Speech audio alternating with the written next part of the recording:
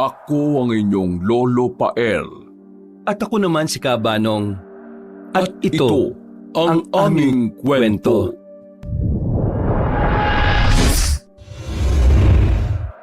Tumambad sa harapan ng magkapatid na Luna ang malawak na karagatan habang dahan-dahang sinasakay sa barko ang sasakyan nilang SUV.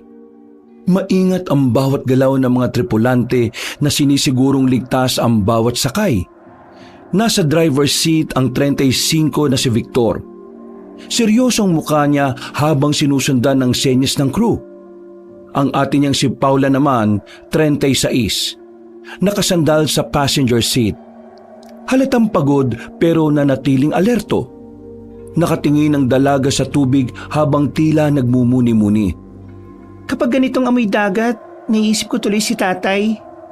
Ako nga rin, te. Baka yung mga luma niyang kwento tungkol sa bagyong sinabayan nila nung bata pa siya. Yung tipong parang lalamunin ng alon ng buong mundo. Naalala mo pa ba yun? Oo. Hindi ko makakalimutan ng kwento na yon. Isa yun sa mga paborito kong kinukwento ni tatay noon eh. Huwag kang mag-alala, te. Maririnig natin ulit yung kay tatay pag nakauwi na tayo sa Baryo Gulat. Hindi na umimik pa si Paula. Nanatili na lang siyang nakatingin sa kawalan habang naghihintay. Ilang saglit pa ay natahimik na sila pareho habang paalis na ang barko mula sa pantalan. Ang paglalakbay pabalik sa Baryo Gulat ay hindi na biro ngayon. Bukod sa tagal ng biyahe ay may balita pa silang natatanggap patungkol sa matindi at malaking pagbabago sa probinsya. Parami na raw ng parami ang mga armadong grupo sa kabundukan. Hindi naman alintana na magkapatid ang tungkol doon dahil mas nangingibabaw ang pagkasabik at pag-aalala nila para sa amang matagal nang hindi nila nakita. Mabilis na lumipas ang oras. Pagbaba ng barko sa probinsya ay kaagad minaneho ni Victor ang SUV hanggang sa mapadaan sila sa isang checkpoint ng mga pulis. Ate, bakit nga ulit tayo biglang pinauwi ni Mengay? Hindi ka talaga nakikinig, no? Ikaw naman, ate. Alam mong may kausap ako ng mga panahon na yun eh. At saka short time memory lang talaga ako. Kaya huwag kang bumusangot dyan, no? Sabihin mo na lang sa akin kung bakit nga ba. Nangihina na raw si tatay. Ay, oo nga pala, no? Baka ito na yun, Victor. Baka gusto na tayong kausapin bago pa mahuli ang lahat. Ang tagal na rin natin siyang hindi nakita, ate, no? Kung hindi pa nagparamdam si Mengay, baka hindi pa natin maisipan na umuwi. Nakakalungkot nga rin eh. Nakukonsensya rin ako. Wala na tayong magagawa, ate. Ang mahalaga naman ngayon makakauwi na tayo at makikita na siya. Paglagpas ng checkpoint ay natahimik na naman sila habang tinatahak ang pakurubang daan patungong bayan. Madilim na ang paligid at unti-unting bumubuhos ang ambon. Ang mga ilaw ng sasakyan ay sumasayad sa basang kalsada at bumabakas sa mga punong gumagalaw sa hangin. Napatingin si Paula sa madilim na kapaligiran sa labas habang ikinukumot sa sarili ang jacket niya. Hininaan naman ni Victor ang aircon dahil nga sobrang lamig na gawa ng pag-ambon na unti-unti nang lumalakas. Mabuti na lang at nagbarko tayo at ginamit ang sasakyan. Hindi ko kakayanin kung sasakay pa tayo ng pampublikong jeepney. Mahihiluhin pa rin talaga ako kapag long drive. Mabuti na lang talaga at may sarili na tayong sasakyan. Teka, uminom ka na kaya muna ng gamot? Nakainom na ako kanina pa. Pagbaba pa lang natin ng barko. Mabuti naman kung ganun. Ate, naalala mo pa ba yung huling biyahe natin sa Baryo Gulat? 10 taon na yung nakalipas nun eh.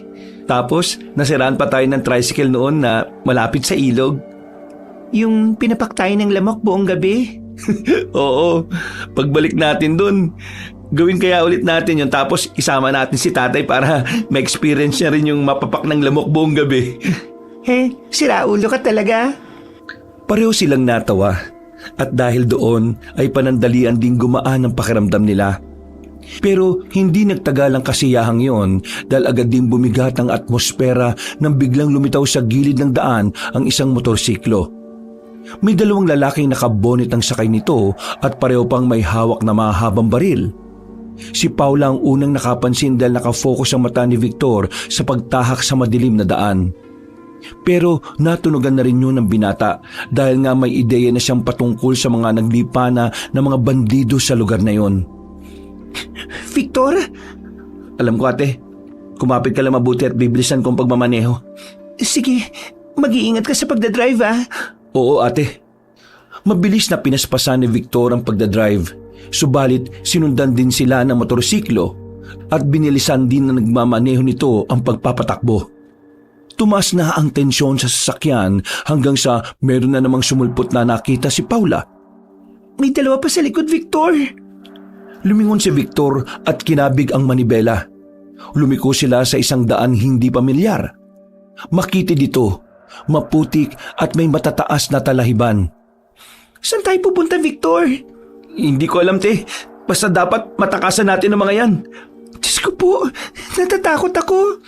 Baka hindi na tayo makauwi kay Tatay Victor. Huwag mo sabihin yan, ate. Makakauwi tayo sa Baryo Gulat. Makikita natin ulit si tatay. Kabadong nanalangin na lang ang dalaga habang nakababatang kapatid niya ay binabaybay ang madilim na daan. Sumabay pa ang palakas ng palakas na ulan na lalong nagpahirap sa kanilang sitwasyon. Parehong bumilis ang tibok ng mga puso ng magkapatid dahil sa nangyayari. Patuloy pa rin kasi ang pagsunod ng mga motorsiklo sa likuran nila. Ang mga headlight ng sasakyan ay pilit binabanatan ng mga patak ng ulan. Ilang saglit pa ay biglang nag-flash ang ilaw sa dashboard ng sasakyan ng magkapatid. Ay pambihira! Hindi pa rin naayos ang alternator ng sasakyan at kapag hindi tayo umabot ng tuyong lupa ate, patay tayo nito. Anong ibig mo sabihin? Hindi na natapos ni Paula ang pagsasalita dahil isang malakas na putok mula sa likod ang narinig nila. Tinamaan ang gulong ng sasakyan nila sa likuran dahil pinaputokan ito ng mga humahabol sa kanila. Hindi nagpatinag si Victor. Nagtuloy-tuloy lang siya habang si Paula ay sigaw ng sigaw sa takot. Hanggang sa makalipas ang ilang minuto, sa kasagsagan ng malakas na ulan at sa madilim na kapaligiran, ay biglang napapreno ang lalaki. Nakita niya kasi kagad ang bangin. Mabuti na lang talaga ay nakapreno siya dahil kung hindi ay tsak na mahuhulog sila sa ibaba. Diyos ko po! Nasaan na sila, Victor? Hindi ko alam, te. Hindi ko na nakikita yung ilaw ng mga motorsiklo eh. Tara, lumabas na muna tayo, te. Bago pa mahulog tong sasakyan natin sa bangin. Kailangan din natin maghanap ng masisilungan bago pa nila tayo matuntun. Delikado rito. Saan naman tayo pupunta? Nasa gitna tayo ng hindi natin alam eh. Hindi natin malalaman kung hindi tayo aalis dito, te. Ang sigurado ko lang, kapag nagtagal tayo rito, sigurado makikita tayo ng mga humahabol sa atin. Wala nang nagawa si Paula kundi sumang-ayon na lang sa sinasabi ng nakababata niyang kapatid.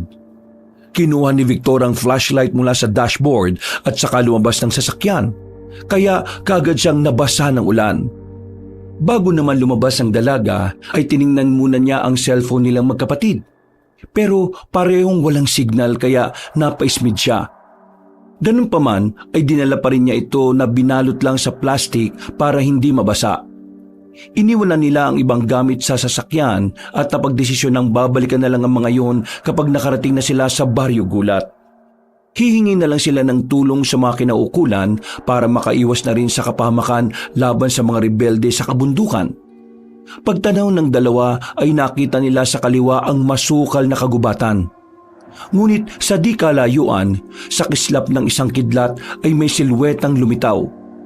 Isang gusali na parang malaking bahay. Doon, Victor, may bahay o gusali ako nakita. Sigurado ka ba, te? Wala tayong alam sa lugar na ito eh. Oh, akala ko ba hihingi tayo ng tulong? Mas pipiliin mo bang dito tayo magpalipas ng gabi kasama ang ulan at mga rebelde? Ay nako, tara na nga. Tara na nga talaga. Hindi na sumagot si Victor at nagpatuloy na sila sa pagpunta sa nasabing lugar. Pinilit nilang lakarin ang maputik na daan kahit nabasang-basa na sila ng ulan. At habang papalapit ng papalapit, ay mas lumilinaw ang itsura ng nasabing gusaling nakita kanina ni Paula. Malalaki ang bintana. May krus sa ibabaw ng bubong at may malawak na pinto sa pinakasentro. Napansin ni Paula na tila lumang kumbento ito na parang noong panahon ng Kastila. May halong takot at pag-asa sa kanyang dibdib pagkakita sa lugar habang si Victor ay hindi na nagdalawang isip pa. Nang marating nila ang harapan ng nasabing gusali ay lumapit kaagad si Victor. Kumatok siya sa malaking pintuan. Ilang beses niyang kinalampag ang pinto pero walang sumasagot sa kanya. Nagpalinga-linga naman si Paula sa paligid habang nanginginig ang katawan dahil sa lamig ng ulan. Subukan mo ulit, Victor. Baka hindi nila naririnig dahil sa lakas ng ulan. Nilalamig na rin talaga ako eh. Oo, ako nga rin te. Dahil nga doon ay mas nilakasan pa ng binata ang pagkalampag.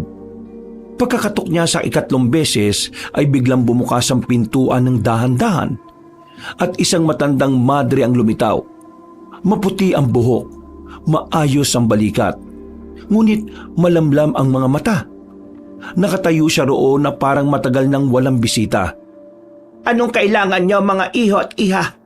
Bakit nasa gitna kayo ng malakas na buhos ng ulan? Pasensya na po sa abala pero pwede po bang makituloy kami ngayon kahit ngayong gabi lang po? Hindi naman siguro kayo mga rebelde sa kagubatan, hindi ba? Hindi po.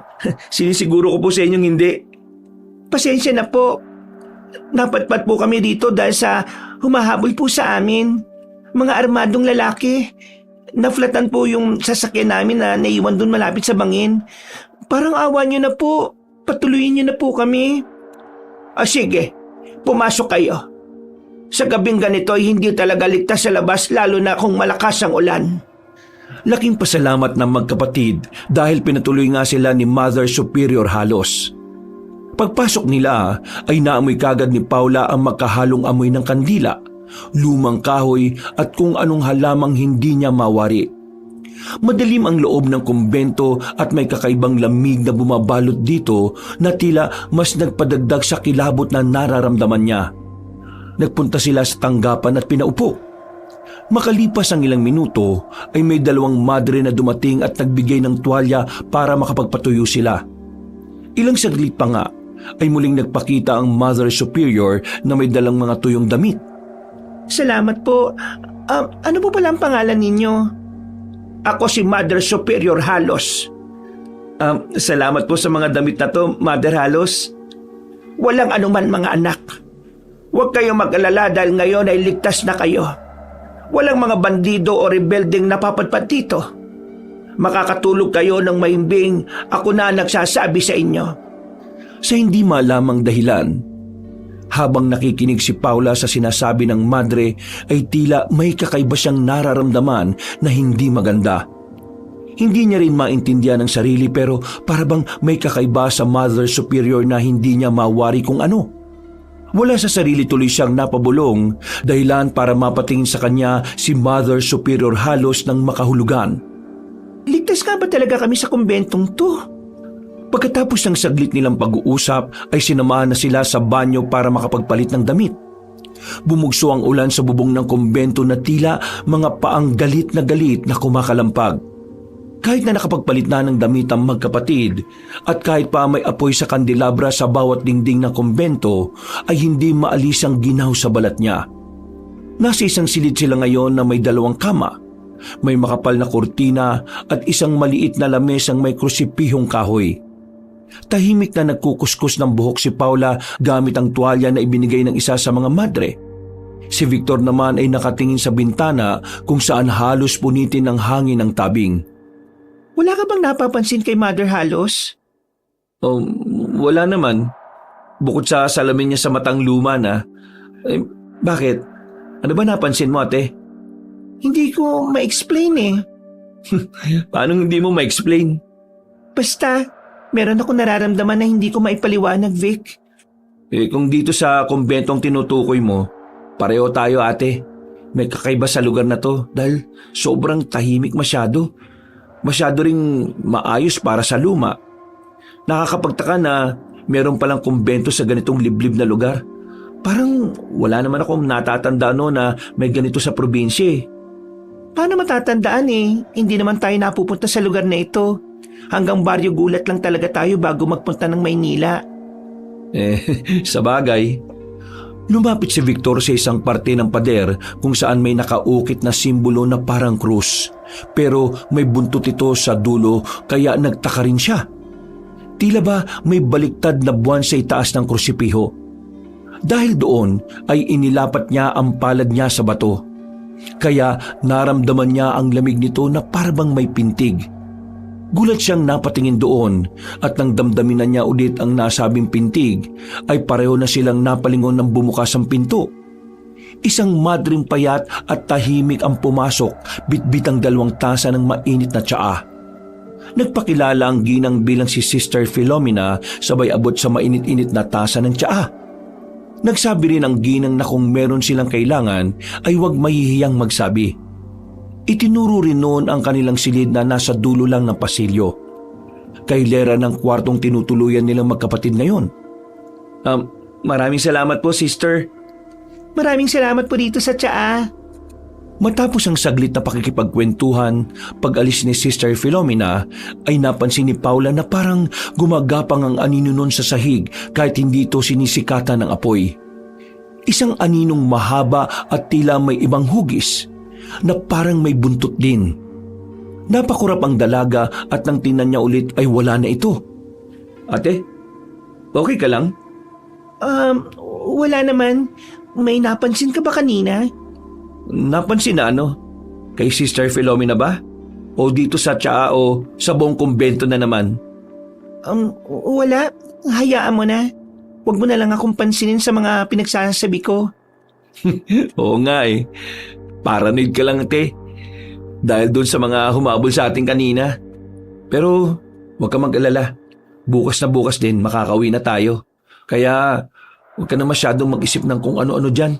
Makikita rin natin si tatay at magkakabanding pa tayong 3. Oo nga. Pero paano tayo makakahingi ng tulong? Chinecheck ko tong cellphone natin. Wala pa ring signal kahit dito. Sadya lang atang wala talagang signal sa area na to. Malaking bagay yun sa mga madre para makapag-focus sila sa gawain. Kaya rin siguro hinayaan nila na walang maitayong cell site sa banda rito eh. Saka siguro dahil na rin sa mga rebelding pakalat-kalat sa kabundukan. Yung mga walang hiyang rebelde na yan, hindi sila lumaban ng patas sa buhay. Mga perwisyo sila sa buhay. May pinaglalaban lang din siguro sila na hindi natin alam. Pero hindi ako kumakampi sa kanila ah. Dapat lang no. Nakita mo naman yung ginawa nilang paghabol sa atin. Baka kung di pa natin sila nailigaw mas nauna pa tayong paglamayan kay tatay nang wala sa oras. Ay nako, wag na nga natin pag-usapan yan, te. Uminom na lang tayo ng tsaa para mapawi yung lamig natin. Oo nga. Uminom na nga lang tayo ng tsaa at baka lumamig pa ito. Makalipas ang ilang minuto, habang umiinom ng tsaa ay bumalik si Victor sa tapat ng bintana. Sa labas ay walang makitang kahit na ano maliban sa anino ng mga punong inuuyog ng hangin. Wala ring naririnig na palahaw ng mga hayop. Ang katahimikan ay binabasag lang ng malakas na buhos ng ulan. Naalala ko na. Oh, ano na naman yun, te? May nadinig na akong kwento tungkol sa mga kumbento na nasa liblib na lugar. Hindi ko akalain na totoo pala yun. Alam mo ba kung anong klaseng kumbento to? Hindi. Pero parang hindi ito yung typical na kumbento sa mga bayan. Parang napalayo tayo sa sibilisasyon eh. Yun nga, nakwento na yun ni tatay. Meron nga raw na kumbento na panahon pa ng Kastila. Tapos ngayon parang nakalimutan na ng panahon. Pero nag-i-exist pa rin sila. Teka, may kakaibang lasa tong tsaa na to ha. Parang may halamang dinikdik. Ewan ko sa'yo. Di ka naman nakikinig sa mga kinukwento ko eh. Ay, sorry naman ate. Wala naman kasing magbabago kung malaman ko yun eh. Teka, maiwan na nga muna kita dyan at magpapahangin-hangin lang ako. O kung gusto mo, sumama ka sa akin sa labas.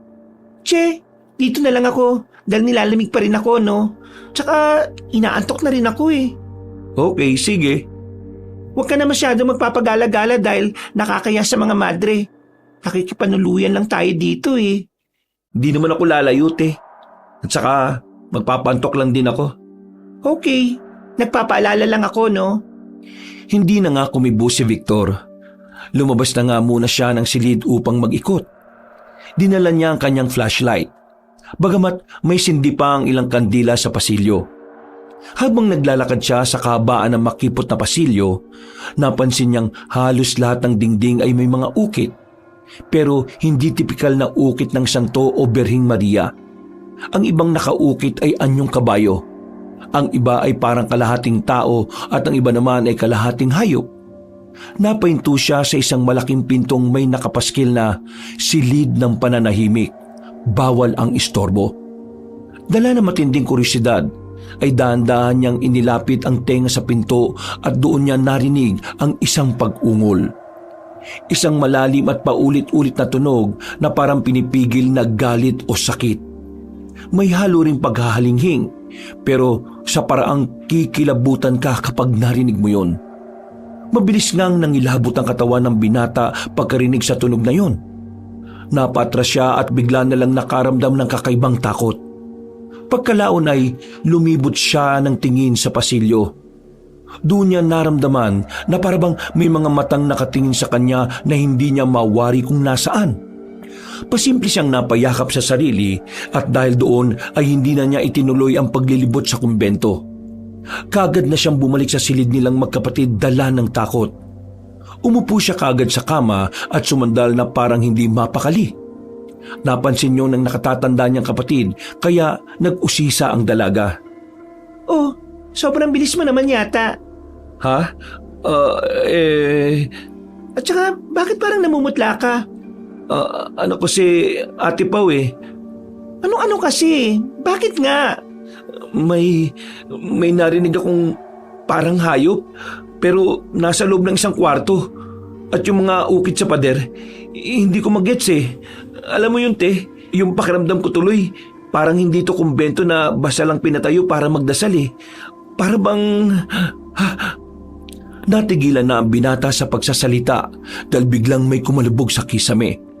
Pareho silang napatingin magkapatid doon hanggang sa marinig nila ang 1, 2 hanggang 3 kalabog. Mabibilis ito na parang may dumadaan doon. Dahil doon ay dali-daling tumayo si Paula sa kanyang kama at lumipat sa kama ni Victor habang nakatingin sa bubungan. Napakapit si Paula sa braso ng nakababatang kapatid. Victor, ano yun? Parang may naglalakad sa bubungan. Baka daga lang yun, te. May daga ba na ganun kabigat ang yabag? Malay natin, merong ganung daga dito sa kumbento na malaki. Naudlot na naman ang binata matapos silang makarinig ng ingay sa ibaba ng gusali.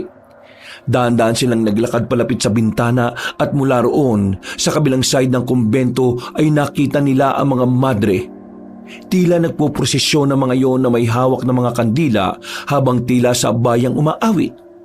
Hindi nila maintindihan ang salita, pero hindi naman yon wikang Latin kundi sinaunang wika na mas nakakakilabot kung pakikinggan. At minsan pa ay tila sumasabay ang kulog sa ritmo ng awitin ng mga madre. Lalong nahintakutan ng magkapatid, lalo na si Paula na pinangibabawan kagad ng kaba sa dibdib. Ano yung mga pinagagawa nila, Victor? Ano yung kantang binibigas nila? Hindi ko naintindihan pero nakakapanindig ng balahibo. Sobrang nakakatakot. Kaya nga, te, sinasabi ko na nga may kakaiba talaga sa kumbentong to eh. Parang mga kulto yata yung mga madring nandito, te. Ano nang gagawin natin? Kailangan na siguro nating umalis dito, ate. Pero paano? Malakas ang ulan at saan tayo pupunta?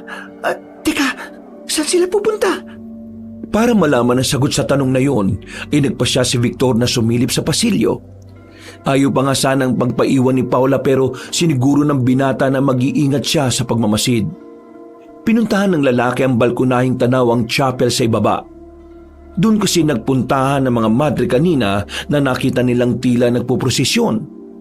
Paghinto ay doon niya rin nakita si Mother Superior Halos na nakatayo sa harap ng altar kasama niya si Sister Philomena at ang iba pang mga madre.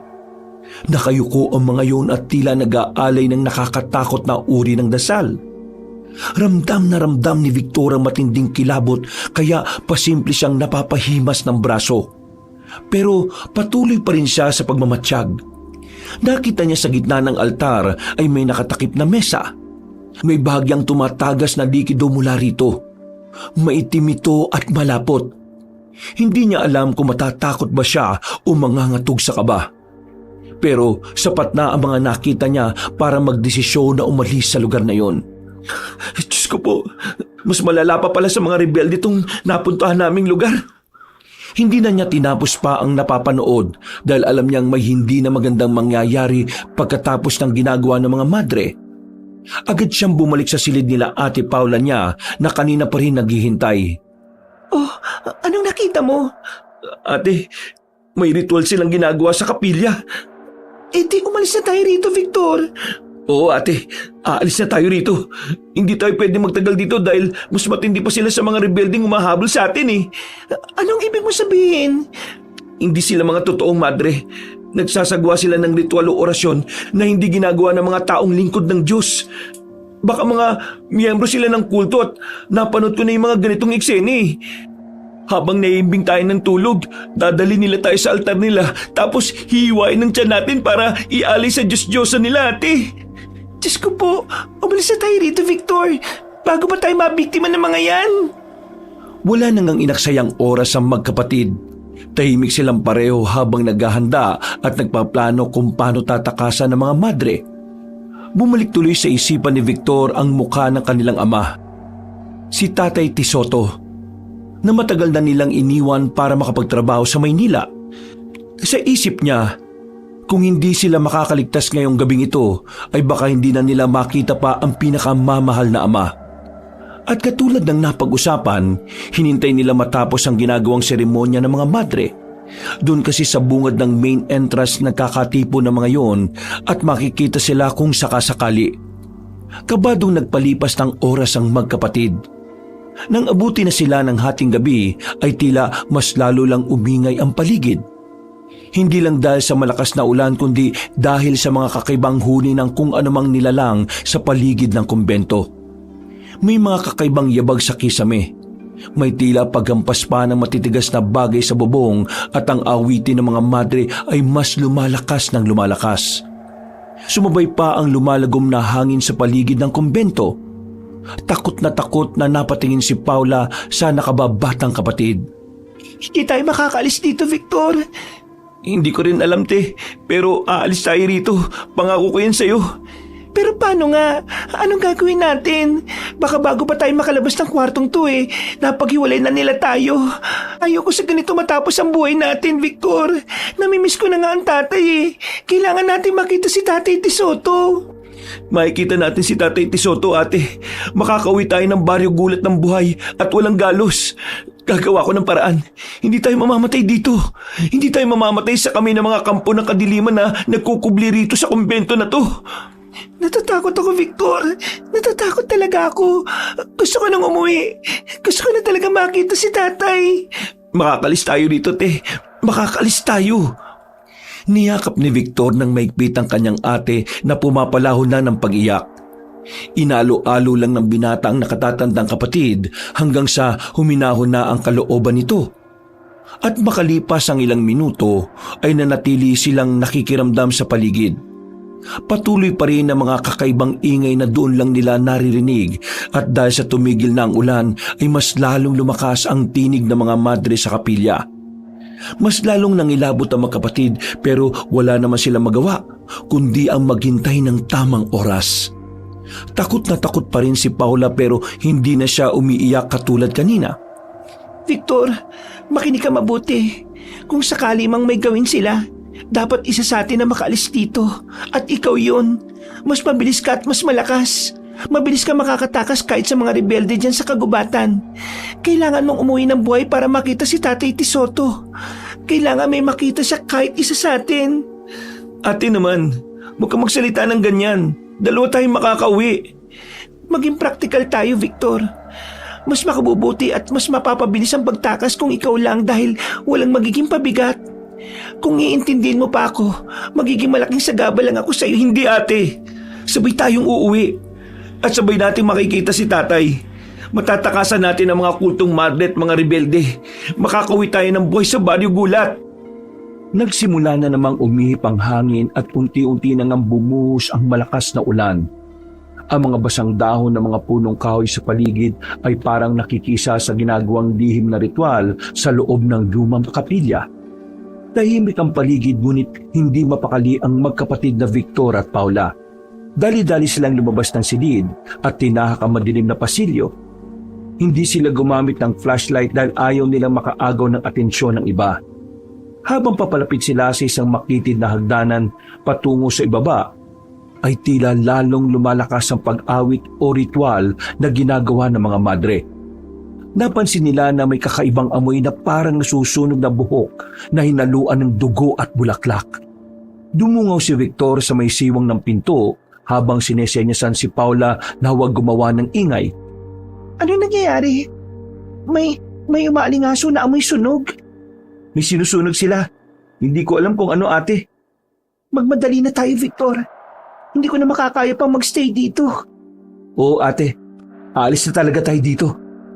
Nagpatuloy na nga sila sa paglalakad hanggang sa kabilang gilid na sila ng kapilya mapadpad. Muling napahinto si Victor at napatingin sa kinaroroonan ng mga madre. Hindi na rin nakatiis si Paula kaya sumilip din siya mula sa likuran ng nakababatang kapatid. Doon nga ay nakita nilang nakasuot na ng itim na belo at puting habito ang mga kababaihan. Nakapalibot sila sa isang bilog na altar na may nakaukit na kakaibang simbolo. Naagaw din ng atensyon ng magkapatid ang nakatirik na pulang kandila sa gitna nila.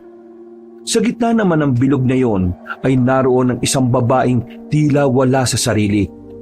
Nakahubad ang pangitaas at may nakataling pulang nylon sa kanyang liig, pulso at mga paa. Nakalutang ang kanyang katawan habang sumisigaw ito na parang may bumabalot sa kanyang kaluluwa. Anong ginagawa nila? Mukhang isinasakripisyo na nila yung babae. Diyos ko, hindi ko na talaga kaya matagalan ng impyernong lugar na ito. Tara na, Victor. Sandali lang, ate. Dapat makita natin kung ano nangyayari. Napapaliw ka na ba? Alam naman na natin pareho kung ano mangyayari. Papatayin nila ang babaeng yan. Bibiyakin nila ang tiyan at kukunin ang mga laman loob para ialay sa kung sino mang demonyo.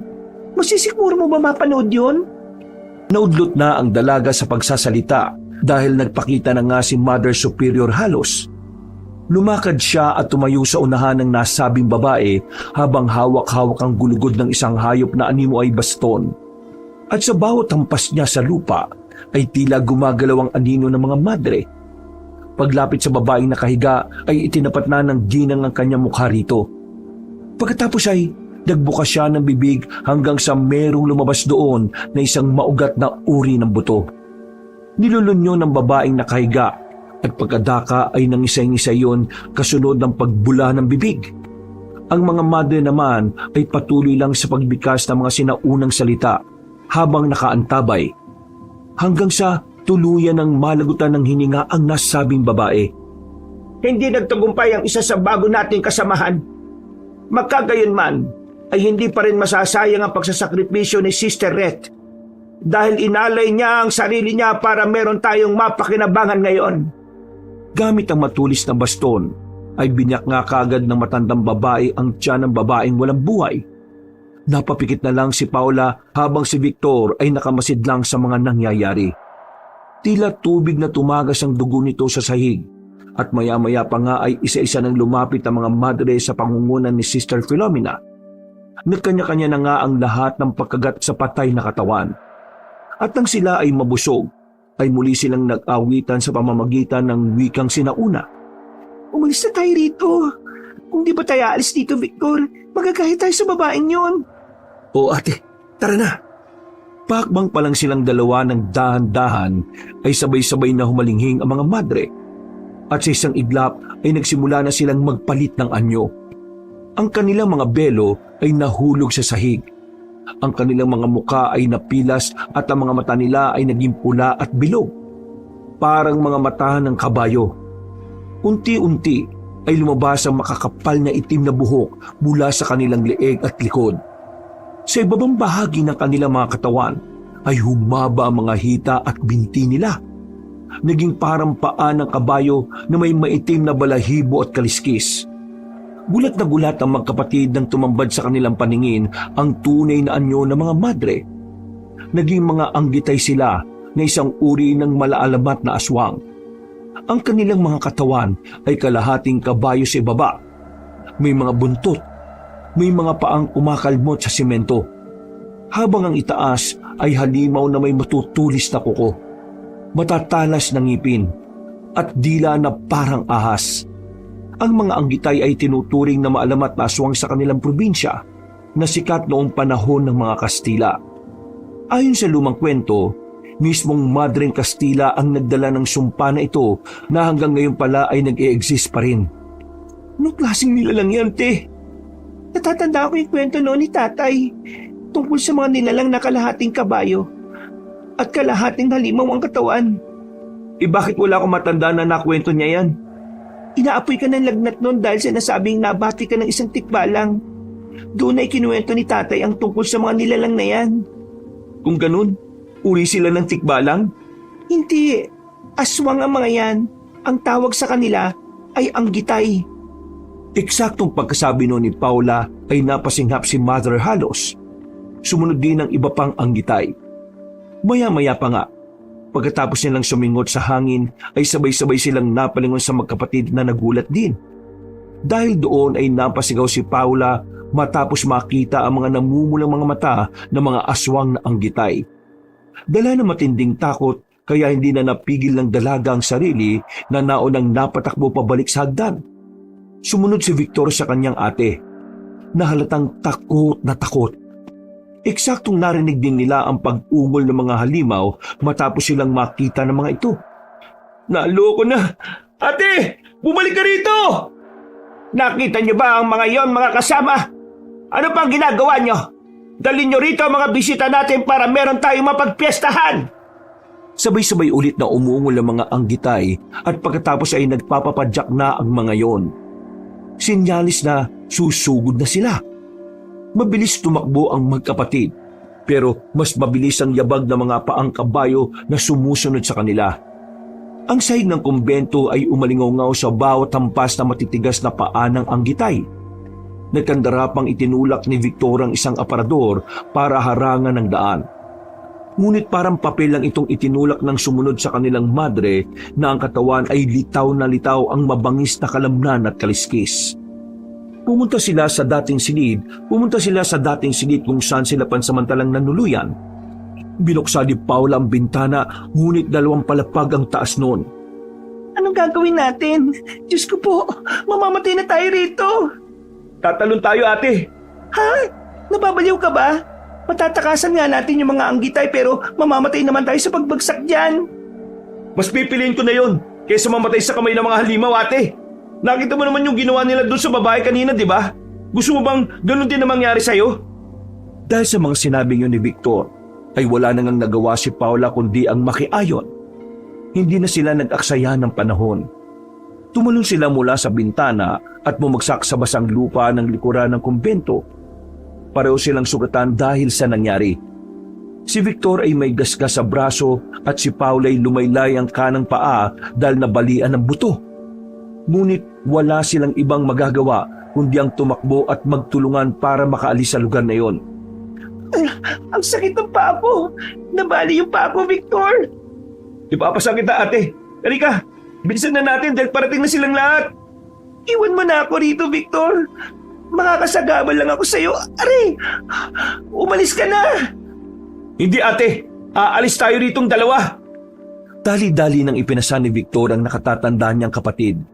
Pagkatapos ay narinig na nga nila ang sigawan ng mga anggitay kaya nagmadali na ang binata sa pag-alis sa kumbento. Napasok nila ang masukal na bahagi ng gubat at kahit malakas ang ulan at hindi nila alam kung saan sila pupunta, ay nagpatuloy pa rin si Victor sa pagtahak ng madilim na daan. Umasa na lang din siya sa pakiramdam dahil sadyang napakadilim ng lugar. Naiwan pa naman din nila sa kumbento ang flashlight pati ang mga cellphone kanina nang mahulog sila matapos tumalon sa bintana. Walang ibang nasa isip ang binata. Basta ang layunin niya lang ay makalayo sila ng ate niya sa lugar na yon.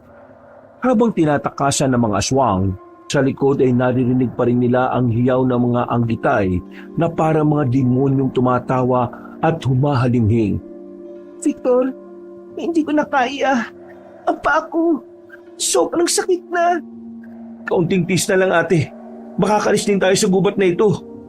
Mamamatay na tayo rito. Mamamatay na ako. Kaya iwan mo na lang kasi ako. Hindi nga kita iiwan dito ate. Please naman, huwag ka na makulit. Habang nagtatalo ang magkapatid, ay wala silang kamalayan na nakita na sila ng ilang mga rebelde na naroon sa kagubatan. Nangunguna si Alias Jose na siyang tumugi sa kanila kagabi habang pauwi. At nang sasalaki na sana ang mga anggitay sa magkapatid, ay tila ba naging tagapagtanggol nila ang mga rebelde. Ilang saglit pa ay biglang may isang putok ng barilang umalingaw-ngaw. Hanggang sa nagkasunod-sunod na ito. Natigilan ng mga anggitay. Pagkatapos noon ay umalingaw-ngaw ang isang tinig mula sa di kalayuan. Isang matigas, maangas at lalaking-lalaking boses. Nagulat sina Victor at Paula dahil sa sunod-sunod na putok ng baril. Pero dahil din doon ay malaki ang pasasalamat ng binata sapagkat nagpulasan kahit saglit ang mga anggitay. Pahanap ko na rin kayo sa wakas. At tanggalin nyo rin magtagong dalawa, ha? Napalingon ang magkapatid dahil sa liwanag ng flashlight na itinapat sa kanila ng mga kasamahan ni Alias Jose. Natigilan sila at napatakip ng mata dahil sa pagkasilaw. Pero kahit papaano ay pareho nilang naaninag kung sino-sino ang mga nasa harapan nila, pati ang dala ng mga yon na baril. Kagad ibinaba ni Alias Jose ang flashlight at lumapit sa magkapatid. Ang mga kasama niya namang tauhan na sina Willie, Paulito, Ryan, Allen at Riza ay nagpalibot-libot ng kanilang mga flashlight dahil sa kakaibang ingay na naririnig nila na galing sa mga anggitay. Napaupo ang magkapatid nang makita ang pinuno ng rebelde. Kitang-kita ang takot sa mga mata nilang dalawa pero napatingin naman yon sa namamagang paa ng dalaga. Parang awa niyo na. Huwag niyo kaming sasaktan. Wala naman kami masamang ginagawa sa inyo, ah. Anong nangyari sa paa na kasama mo? Nabalian po siya ng paa. Tumalon kasi kami sa bintana ng kumbento eh. Kumbento? Sa ganitong kasukal ng gubat may kumbento? Ha! Nagpapatawa ba kayong dalawa? Mga kasama, narinig niyo yung sinabi ng mga to. Mukhang mga napitikan na ng utak mo dahil sa kakatakbo sa atin, ah. Kung ayaw niyong maniwala sa amin, di pumunta kayo sa pinanggalingan namin. Doon sa bandaron magsipunta kayo para makita niyo yung kumbento. Tapos para pagsasakmalin na rin kayo ng mga anggitay. Rico! Matapang ka rin, ha? Sa tagal na namin sa lugar na to, wala naman kami nakitang lumang kumbento kaya tigil-tigil mo nga ako, ha? Saka, anong sinasabi mo, ha? Ano? Anggitay! Kung gusto niyong mapatay ng mga anggitay, sige lang, at suungin niyo ang gubat. Dahil sa sinabing yon ni Ate Paula, ay lalong naghalakhakan ng mga rebelde. Alam kasi nila ang tungkol sa maalamat na aswang na kung tawagin ay anggitay. Tumawa lang kayo ng tumawa kung gusto niyo. Dahil kapag sinalakay nila kayo at napatay, kami naman ang tatawa ng kapatid ko. Ah, magkapatid pala kayong dalawa, ha? Mabuti naman kung ganon. Dahil hindi ko na pala kailangan patay ng lalaking yan para lang mapangasawa ka. Huwag kang lalapit sa amin ng kapatid ko. Mas pipiliin ko na lang mamatay at pagfiestahan ng mga anggitay kaysa mapangasawa ng mga halangang kaluluwa katulad niyo. Ano panahon ka ba pinanganak, babae ka? Kanina ka ba bikas ng anggitay, ha? Panahon pa ng kopong-kopong yung mga yun, eh. At kwento-kwento lang ng mga matatanda sa probinsyang to. Maniwala po kayo, sir. Pero totoo sinasabi namin ng ate ko. Ah, ate mo pala siya, ha? Siya ang panganay at ikaw ang bunso. Okay ang samahan niyo magkapatid, ha? Sir, nakikusap po ako sa inyo. Umalis na po tayo sa lugar na to kung dudukutin niyo talaga kami o ano. Mapapamak na yung lahat kapag nagstay tayo dito eh. Hindi pa man natatapos ni Victor ang pagsasalita, ay nakarinig na sila ulit ng nakakakilabot na huni ng kung anong hayop. Sinundan ito ng mga pag-ungol na mas lalong nagpakilabot sa maulang gabi. Sabay-sabay na ginala ni na Willie, Paulito, Ryan, Allen at Riza ang kanilang mga paningin sa kadiliman habang gamit ang mga flashlight. At kasabay ng pagkulog at pagkidlat ay nakita nga nilang lahat ang mga nilalang na kalahating kabayo ang ibabang bahagi ng katawan at kalahating halimaw naman ang itaas. Ang sinasabing anggitay ng magkapatid na Victor at Paula. Nandito na sila! Naabutan na nila tayo! Isang nakakakilabot na ungol ang pinakawalan ng mga aswang bago sila sumalakay. Sumenyas naman kaagad si alias Jose sa mga kasama na kaagad nagpaputok. May mga tinamaan sila pero mas marami ang hindi. Pagkatapos noon ay nagkanya-kanya na rin ang takbuhan ng mga rebelde. Kaya sinamantala ni Victor ang pangyayari. Habang pasan-pasan ng kanyang ate ay nagmadali siya sa pagtahak ng daan. Hindi na niya alintan ng iba na nakikipagsagupa na sa mga anggitay. Ang tanging nais lang nilang magkapatid ay makalis na sila sa tila impyernong kagubatan. Umalingaw-ngaw ang putukan ng mga baril at sigawan hanggang ilang saglit pa ay unti-unting tumahimik ang paligid. Nagtako sa isang matabang puno sina Victor at Paula habang parehong takot na takot. Victor, okay na ako dito. Iwan mo na ako, sige na. Ate naman, napag-usapan na natin to, di ba? Kahit anong pangungulit ang gawin mo, hindi kita pwedeng iwan dito. Uuwi tayo kay tatay. Paano tayo makakauwi ng buhay? Eksaktong pagkasabi noon ng binata ay may sumilip na isang anggitay sa kanila. Nang sasakmalin na sila nito ay isang nakabibinging putok ng baril ang narinig na naman nila.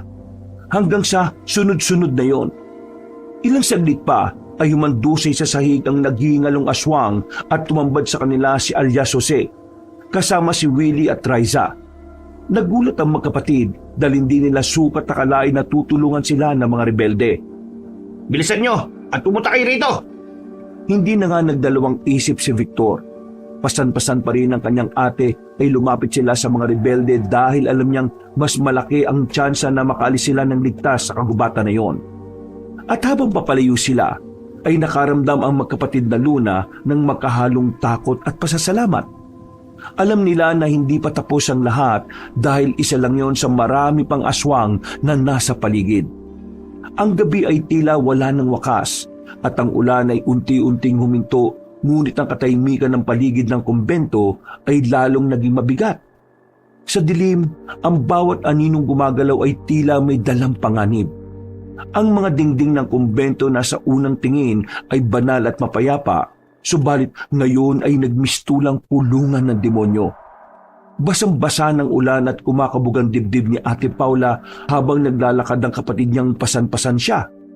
Sa unahan naman nila ay naroon si alias Jose na alerto sa bawat galaw ng paligid. Kasunod nila si Willie na nakasukbit ang baril at si Riza na may hawak na mahabang kutsilyo. Silang lima, bagamat sugatan at hingal, ay sabay-sabay na tinahak ang madamo at masukal na daan. Tinatakasang muli ang bangungot ng kumbento at ang matitinding halimaw na ngayon ay bumabagtas din sa kagubatan. Mas malapit na ang hininga nila, Victor. Naririnig kong sut-sut nila. Bilisan natin. Sa halip na magsalita ka na magsalita dyan, manahimik ka na lang para mas magkaroon ka ng pakinabang sa kapatid mo. Huwag mong pagsasalita ng ganyan ng ate ko, ha? Bakit? Anong gagawin mo bagito? Ayaw mo ako saktan? Gawin mo, sige! Nang matulad ka sa mga halimaw na yon. Tama na. Bago tayo magpatayan, takasan muna natin ang mga halimaw na yon. Eksaktong pagkasabi noon ni Ate Paula ay tila biglang napuno ng nakakakilabot na tunog ang kagubatan. Tunog ng mga nilalang na may mga paang kabayo at halimaw na katawan. Ang mga anggitay. Hindi man humihinto, pero alerto silang nakamasid sa madilim na paligid na lalong pinakikilabot ng maulang gabi. Ilang saglit pa ay gumuho ang ilang sanga sa may gawing hilaga. At mula sa likod ng isang malaking punong kahoy ay lumitaw ang isang anggitay. Ang ibabang bahagi nito ay tulad ng isang puting kabayong may nangingintab na mga kuko. Samantalang ang itaas ay isang nilalang na mukhang madre, ngunit may punit-punit na balat. Malalaking kuko at nangingintab na itim na mga mata. Nakilala ng magkapatid ang nasabing anggitay na si Sister Philomena pala. Ayan na sila! Diyos ko po, anggitay! Nakita na tayo ng anggitay! Kagad pinaputukan ni Willie ang halimaw. Umalingaw-ngaw ang tunog na yon sa buong kagubatan, ngunit nagulat sila nang makitang tila walang epekto sa balat ng Anggitay ang bala. Bakit ganon? Parang hindi tumatalab sa kanya. Yung kanina naman eh. Sa tingin mo ba, ay basta-basta kami mapapatumba ng bala na yan? Kung inakala mong napatay niyo yung kaninang humahabol sa inyo, nagkakamali kayo. Kayo ang mamamatay sa lugar na ito at ibabalik namin kayo sa kumbento para pagpiyestahan. Nagulat silang lahat, lalo na sina alias Jose, Willie at Riza. Matapos marinig na binikas ng madreng Anggitay ang nasabing kumbento, doon nila napagtanto na nagsasabi ng totoo ang magkapatid na Paula at Victor. Umatungal ang aswang at dali-daling sumugod. Sa bilis ng pangyayari ay hindi nila ito napaghandaan. Nagulat na lang sila nang makita na tumilapon si Willie at tumama sa isang puno. Napasigaw sa pagkabigla si Riza dahil nakita niyang napuruhan ng aswang ang kanyang kasintahan. Dahil doon ay siya naman ang sumalakay ng walang pag-aalinlangan. Sinubukan siyang pigilan ni alias Jose pero hindi na siya nakontrol pa. Gamit ang sandatang hawak, itinusok ng babaeng rebelde ang matalim na kutsilyo sa gilid ng Anggitay. Ngunit inangat lang siya ng halimaw gamit ang kamay nito at hinagis palayo. Riza! Nakahinga siya ng maluwag nang makitang si Riza na okay pa naman kahit marami ding natamong sugat. Hindi nag-aksaya ng oras ang pinuno ng mga rebelde. Agad niyang inihagis ang isang granadang nakuha mula sa katawan ng nasuwi nilang kasamahan kanina sa pagtakas. Sa pool si Sister Philomena na tumilapon din sa malayo. Pero nadamay silang lahat dahil malapit lang ang naganap na pagsabog. Pagbangon nila ay nakita nila ang kinahantungan ng aswang na Anggitay. May ilang bahagi ng katawan nito ang napunit. Nangingisay-ngisay ito sa lupa ngunit hindi pa rin tuluyang patay. Aba, at bumabangon ka pang halimaw ka ha? Ha, matibay ka rin ha? Hindi na kita hahayaang makapanakit pa! Sumalakay si alias Jose at nang makita yun ni Victor ay saglit niyang pinatago si Ate Paula. Lumapit siya sa walang malay na si Willie at kinuha ang gamit nitong baril. Habang nakikipagsagupang pinuno ng mga rebelde ay nagganap siya ng tiyempo para mapuntirya ang halimaw. Pinagtulong-tulungan nga ni na Victor at alias Jose na pagbababarilin at paghahampasin ito ng itak. Sa huli ng matamaan ng bala sa ulo si Sister Philomena ay bumagsak ito sa lapag. Dahan-dahang lumapit ang bruskong Ginoo at pasimpleng sinipa-sipa sa katawan ang kalaban. Patay na ba siya? Patay na siya! Magaling kang sumetro sa ulo, Bagito! Pagkatapos noon ay kaagad nilapitan ni alias Jose si Riza na inakay ang walang malay na si Willie. Si Victor naman ay lumapit na rin sa kanyang ate at pinasan ito ulit. Pagkatapos noon ay nakarinig pa sila ng ungol ng mga Anggitay kaya sumenyas na si alias Jose para magpatuloy sila sa pagtakas sa mga kalaban. Magmadali na tayo. Malapit na tayo sa balitakutan natin. Doon muna tayo magpahinga. At baka nandun na rin yung iba natin mga kasama. Kayo magkapatid, kung gusto niyong mabuhay, sumunod kayo sa amin. Hindi na nagsalita ang magkapatid. Sumunod na nga lang silang dalawa sa mga rebelde kahit ang totoo ay nag-aalangan pa rin sila. Ilang saglit pa, sa bandang paanan ng isang matarik na burol ay narating ng grupo ang isang maliit na kuweba na may nakasulat sa batong harapan, Takip Silim, Huta ng Silanganing Hanay. Dito nagtatago ang grupo kapag nadadako sa lugar na iyon. Sa loob ay may mga lumang kagamitan, ilang baril at mga dilatang pagkain. Pagkapasok nila ay sinarado kagad ni alias Jose ang pintuan ng kuta gamit ang bakal na tabing. Dali-dali rin nilang ginamot si Willie na malubang-malubhan na rin talaga ang lagay. Pagkatapos noon ay inasikaso nila ni Riza ang bali ni Ate Paula sa paa. Mabilis na lumipas ang oras pero ang ulan ay patuloy pa rin. Nagpatuyo na lang sila sa apoy na ginawa ni alias Jose habang naghihintay ng oras. Salamat sa paggamot sa paa ko, Riza. Huwag kang magpasalamat sa mga yan, ate. Kung hindi dahil sa kanila, hindi tayo nakarating sa kumbento na yun. Alam mo, Bagito, okay ka na sana eh. Kaso masyado matabig talaga yung bunganga mo. Mas maganda kung putulin na kaya natin yan. Hindi gawin mo. Abat, matapang ka na rin talaga eh, no? Akala mo ba, porque nakapatay ka ng isang halimaw eh, magagawa mo na rin sa akin yon? Kahit dito, pwede ko na kayong patayin na kapatid mo eh. Hindi gawin mo nga. Pagkasabing yun ni Victor ay tinutukan niya ng baril ang pinuno ng mga rebelde. Pareho naman pumagitna sina Ate Paula at Riza hanggang sa maawat silang dalawa. Victor, tama na yan. Kung magpapatayin tayo rito, hindi na mahirapan sa atin yung mga anggitay. Ayaw ko mang sabihin to pero wala tayong magagawa kundi magtulungan. Mabuti pa yung ate mo eh. Marunong mag-isip. Mas magiging okay talaga siya kung siya yung mapapangasawa ko eh. Huwag ka nang umasa na papayag ako sa gusto mong yan. Tama ang sinabi ng kapatid ko na kung hindi nyo kami hinabol-habol kagabi, hindi tayo lahat mapupunta sa ganitong sitwasyon eh. Okay. Hindi na ako aalmas sa mga sinabi niyo magkapatid. Maupo na kayo. At may pagkain dyan at tubig. Kailangan niyo yan para makabawi-bawi ng lakas. Inihanda na nga ni Raisa ang mga dilatang pagkain at pinagsaluhan nilang lahat sa gitna ng apoy. Nang mawala na ang kaninang tensyon na namamagitan, habang patuloy sa pagpapalipas ng oras ay hindi ulit nakatiis si alias Jose. Sigurado akong ligtas ang lugar na ito. Maraming beses na napatunayan yan dahil isa ito sa mga sikretong taguan namin kapag nakikipagabulan kami sa mga sundalo. Nalaman na namin kung pinagtataguan nyo. Hindi ba kayo natatakot na baka sabihin namin sa mga alagad ng batas ang tungkol sa lugar na ito? Saka mo na isipin yan kapag nakalis tayo ng buhay sa gubat na ito. So, hindi mo kami papatayin? Pag-iisipan ko. Kailangan ko malaman kung oo o hindi para may panghawakan ako. Ate, huwag kang magtitiwala sa kanya, no? Tama ang sinabi ni Bagito. Wala kang dapat pagkatiwalaan sa amin dahil mga rebelde kami. Pero kailangan ko pa rin malaman. Makulit ka rin talaga eh, no? Kung gusto namin kayong patayin, kanina pa namin yung ginawa. Eh bakit nyo kami hinabol kagabi? Anong dahilan nyo? Sige na, magpahinga na kayo. Kapag nagtanong ka ba, baka tuluyan ko na talaga kayong dalawa. Dahil doon ay nanahimik na nga ang magkapatid dahil kitang-kita nila sa mata ni alias Jose na seryoso na to sa pagpatay sa kanila. Nagpunta na nga lang sila sa isang sulok at doon nakiramdam sa mga pangyayari. Ayos na ba ang paa mo, ate? Medyo okay na. Pero hindi ko alam kung hanggang kailan natin kayang takasan ng mga halimaw na yon.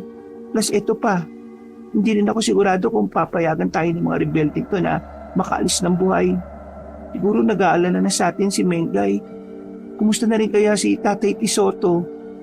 Makakauwi tayo, ate. Pangako ko sa iyan.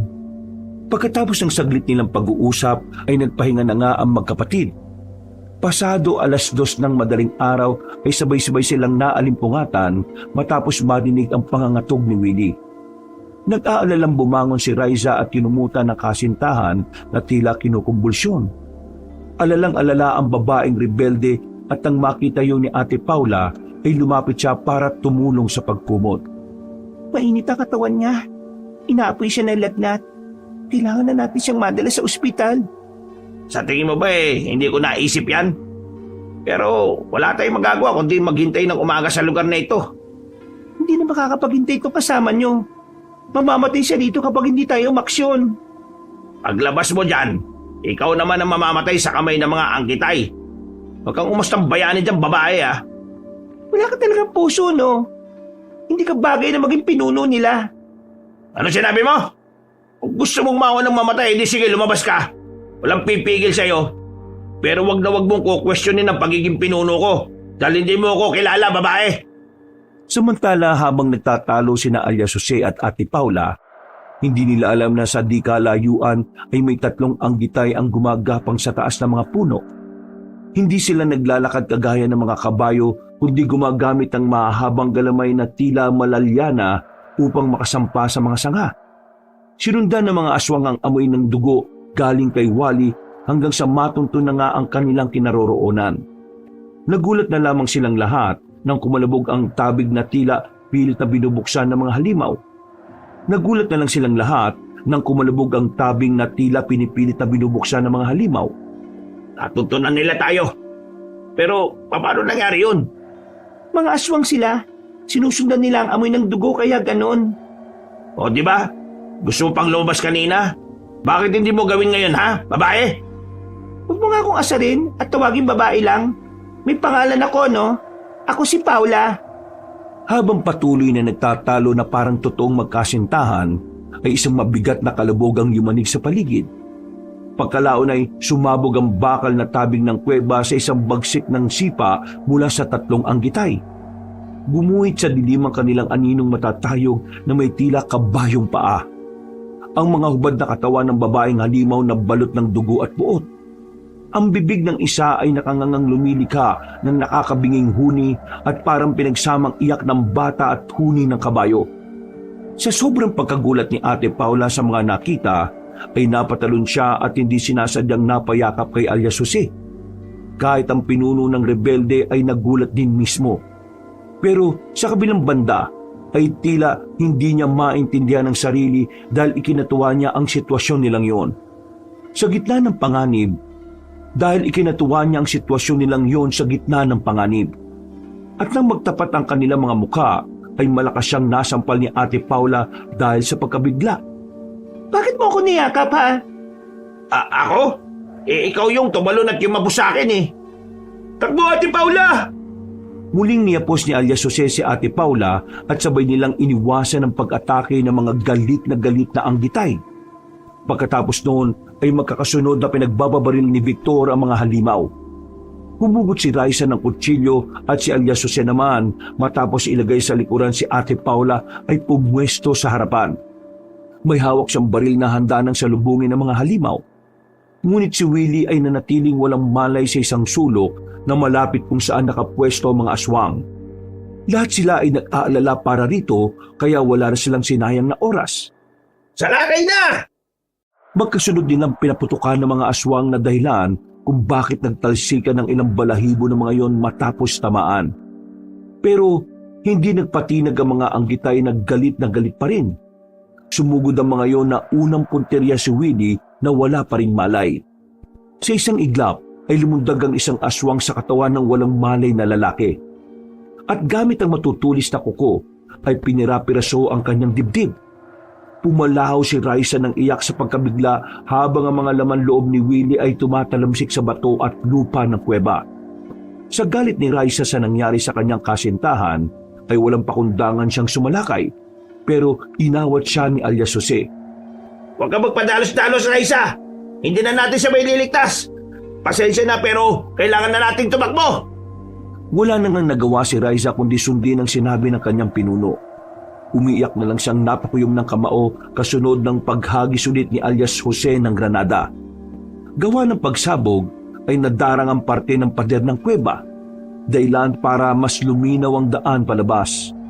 Nagdesisyong tumakas sina alias Jose, Raisa, Victor at Ate Paula. Pero hindi nila inaasahan na may isa pa palang anggitay na nasa likuran. Habang tumatakbo ay humarang ito sa daraanan nila. Kaya naman napilitan si Victor at alias Jose na makipagsagupa. Sumayad ang itak ng pinunong rebelde sa liig ng halimaw pero tanging kalmot lang ang inabot niya. Ate Paula! Ate Risa! Mauna na kayo, bilis! Sumunod nga kaagad ang dalawang babae na tumakbo sa gawing kanan. Habang tinatahak ni Ate Paula at Raisa ang daan, ay tila pamilyar yun. Alam ko tong lugar na to. Dito yung sasakyan namin. Ayun o. Napaturo siya sa kinaroroonan ng nafaltan nilang sasakyan. Sumigaw silang dalawa at nang marinig yun ng kalalakihan, ay napatingin sila sa kinaroroonan ng mga babae. Nagtagumpay si alias Jose na paputukan ang mata ng isa sa mga halimaw, gamit ang kanyang baril. Pagkatapos ay sabay-sabay silang tumakbo patungo sa kinaroroonan ng sasakyan. Pagdating doon, agad na binuksan ni Victor ang pinto. Sumakay silang lahat pero hindi kaagad yon umandar dahil nga sa flat ang gulong at walang susi. Ano gagawin natin? Flat ang gulong nitong sasakyan at nasaan ang susi? Bahala na! Pinutol niya ang wire sa ilalim at ikinonekta ang mga to kaya nabuhay ang makina. At nakipagsapalaran na nga ang binata dahil pinaandar niya ang sasakyan kahit na delikado. Uuga-uga silang umalis sa lugar na yon at muling tinahak ang dati nilang pinagdaanan. Mabuti na lang ay hindi rin sila nahulog sa may bandang bangin. Sa kabutihang palad ay nakaalis naman sila kahit halos pumutok-putok ang gulong ng sasakyan.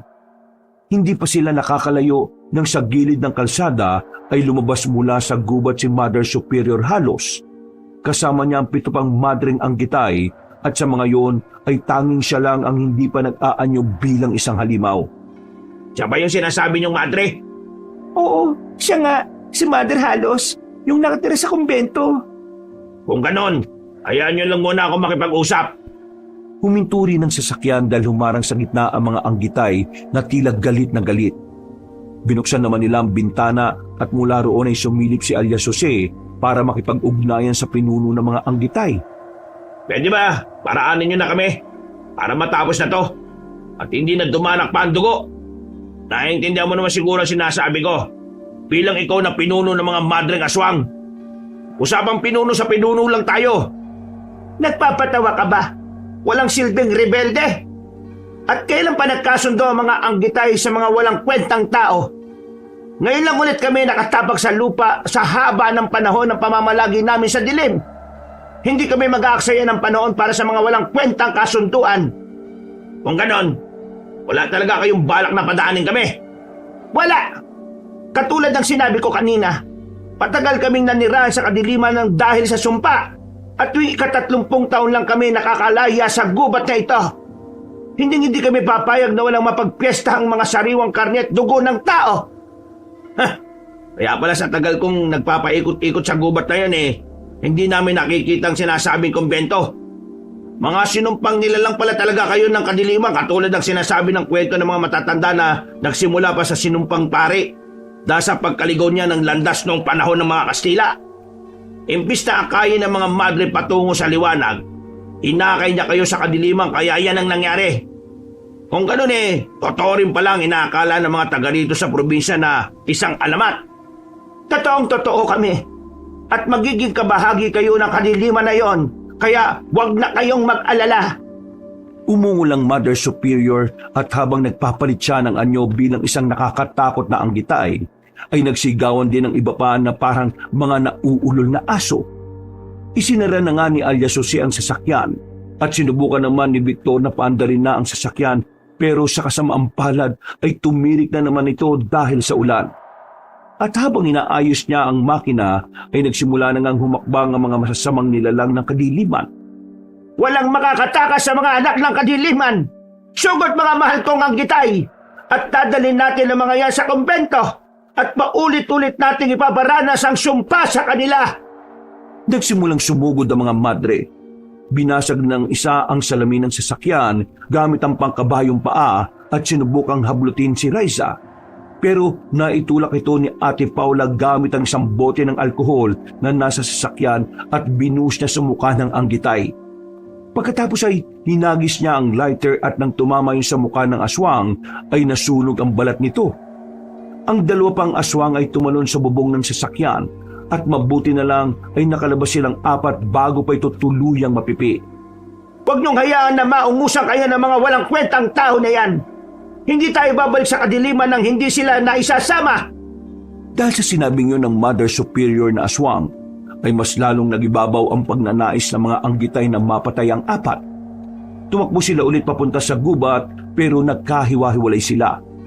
Si Victor ay kasama si Alias Jose habang si Ate Paula naman ay kasama si Raisa. Ate Paula! Okay lang ako. Kasama ko si Raisa. Bago pa silang lahat makapasok sa kakahuyan, ay umarang na ang 3 anggitay. Bubunot na sana si Alias Jose ng granada pero naiwan niya pala to sa sasakyan na bigla na lang sumabog kalaunan. Lahat sila ay napayuko sa lakas ng pagsabog. Kahit ang pinunong aswang ay nagulantang din, lalo na nang makita niya ang ilang kasamahan na nasusunog at naghihiyaw sa sakit. Mga walang iya! Papatay ko kayong lahat! Sumalaki na nga rin si Mother Halos at unang pinunteriya si Alias Jose na nakaiwas at nakasagot pa ng pagbaril. Pero hindi inindayo ng matandang halimaw. Humalakak lang siya na parang demonyo at pagkatapos ay muling sumalakay. Ang iba rin na natitira ay pinunteriya naman sina Victor, Ate Paula at Raisa.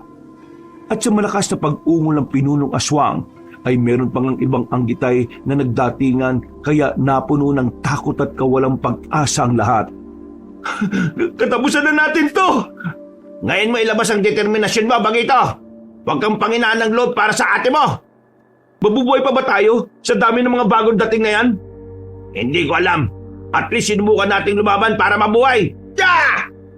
Pagampas ni Mother Halos ay nasa lagyo ni alias Jose. Pero napatras pa rin siya at tumama sa puno. Napilay ang kanyang balakang kaya hindi na siya makatayo pa. Mas lalo lang tuloy na takot si Victor lalo na may 3 pang lumantad na anggitay sa likuran niya. Napapikit na lang siya dahil alam na niya sa sarili na ito na ang katapusan nila. Nakita na rin kasi niya na naghihirap sila Ate Paula at Triza sa pakikipagtagisan sa iba pang aswang. Sa gitna ng tumitinding labanan ay dumating ang matagal nang hinihintay ni alias Jose. Ang pinsan niyang si alias Manalo na kanang kamay niya. May kasama rin ang matabang lalaki na armado at handang makipagsagupaan. Pinamunuan niya ang pagsalakay sa iba pang mga anggitay. Salakay mga kasama! Huwag kayong padadaig sa mga demonyo! Ngayon, tikman niyo ang galit ng taong bayan! Nagpaputok ang mga rebelde ng M16 at shotgun. Tumilapon ang isang anggitay na tinamaan sa tiyan at sumabog ang laman. Ang iba pa ay sinabuyan ng gasolina at sinunog habang sumisigaw ng impit. Ang kanilang sigaw ay napalitan ng hiyaw ng pagdurusa at sakit. Nang makita yun ni na Victor, Ate Paula at Triza, ay nabuhayan sila ng loob. Kagad na lumapit si alias Manalo sa pinsan niyang si alias Jose na nahihirapang tumayo. Aba, ika-ika ka pinsan ah. Mabuti na lang pala dumating ang grupo at natuntun din kayo. Bakit ba kasi kayo napunta rito sa gubat? Saka na ako magpapaliwanag, insan. Tulungan niyo muna yung bagito ron at bigyan niyo ng baril para may panlaban. Sumenyas nga si alias Manalo sa ibang kasama na kagad tinulungan si Victor. Muling sumiklab ang huling sagupaan sa gitna ng apoy. Putukan at sigawan. Tumakbo si Victor palapit sa kanyang ate at mahigpit itong niyakap. Salamat sa Diyos at buhay ka pa, Victor. Salamat din sa Diyos, ate, at hindi ka rin napano. Salamat din, Ate Riza, sa pagtatanggol mo sa kanya. Nang makita ni Mother Halos na wala na silang laban, ay sinubukan niyang tumakbo pero hinarang siya ni na alias Jose at alias Manalo, kasama ang iba pang grupo ng mga rebelde. Hindi niyo ako mapapabagsak! Hindi niyo ako magagapi! Ako ang magiting na alagad ng kadiliman na isang anggitay! Papatay ko kayo at isasamang lahat sa impyerno! Ah! Sabay-sabay nilang pinaulanan ng balang pinunong anggitay at pagkatapos ay sinabuyan din noon ng gasolina bago niliban ng buhay. Umuungol ito ng umuungol habang sumasalakay hanggang sa unti-unti ng manghina at matupok ng apoy. Pinagmasdan nilang lahat ang walang kalaban-laban na aswang hanggang sa mapula ang apoy dahil sa ulan. Mag-isa ka magpunta sa impyerno dahil may ibang impyerno kaming laban dito sa lupa! Hindi lang natapos doon ang lahat. Dahil sa utos din ni alias Jose, walang nagawa ang magkapatid kundi ang sumunod. Bumalik sila sa kumbento at sinupil pa ang mga natitirang kaaway. Pagkatapos ay saka nga sinunog ang nasabing kumbento. Hindi makapaniwala si alias Manalo dahil ang akala niya rin, katulad nila nung una ay alamat lang talaga ang tungkol sa mga anggitay. Handa ko pa yung sinabi ng lolo natin noon, Pinunong Jose. Nang panahon ng Kastila at nagkaroon ng nakakahawa at nakakamatay na sakit noon, namatay daw ang mga madre sa isang kumbento.